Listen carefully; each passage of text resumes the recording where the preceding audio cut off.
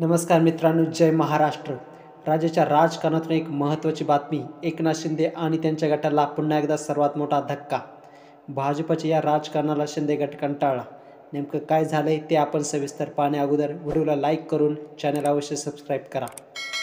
राज्याच्या राजकारणातून मोठी बातमी समोर आली.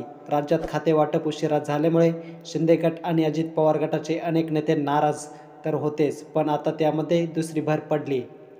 ज्यावेळी खातेवाटप झाले त्यावेळी शिंदे गटाच्या मंत्र्यांना, आमदारांना खाती चांगली मिळाली नाहीत.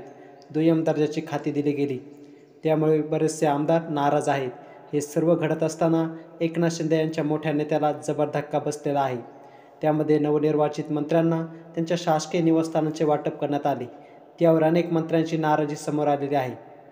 सरकारी निवासस्थानावरून मंत्र्यांमध्ये आता मतभेद होण्यास सुरुवात झाली आहे.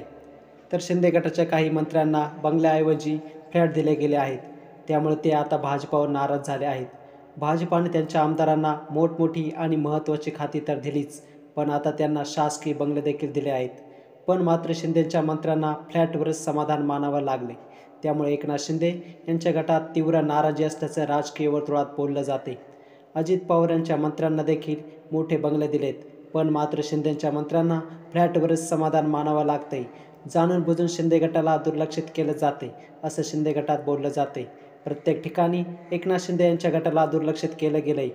त्यामुळे भाजप आता एकनाथ शिंदे यांच्या गटाला गुड बाय करणार असल्याचं राजकीय वर्तुळात बोललं जाते. कारण अजित पवार आणि भाजप हे दोघे सरकार स्थापन करू शकते. त्यामुळे त्यांना आता शिंदे गटाची गरज नाही. त्यामुळे एकनाथ शिंदे आणि त्यांच्या गटाला वारंवार दुर्लक्षित केलं जाते. या बातमीबद्दल तुम्हाला काय वाटतंय? हे सरकार 5 वर्ष टिकेल का? कमेंटमध्ये सांगा. हा व्हिडिओ जास्तीत जास्त शेअर करून लाईक करा आणि अजूनही तुम्ही जर आमचं यूट्यूब चॅनल सबस्क्राईब केलं नसेल तर नक्की सबस्क्राईब करा. जय महाराष्ट्र.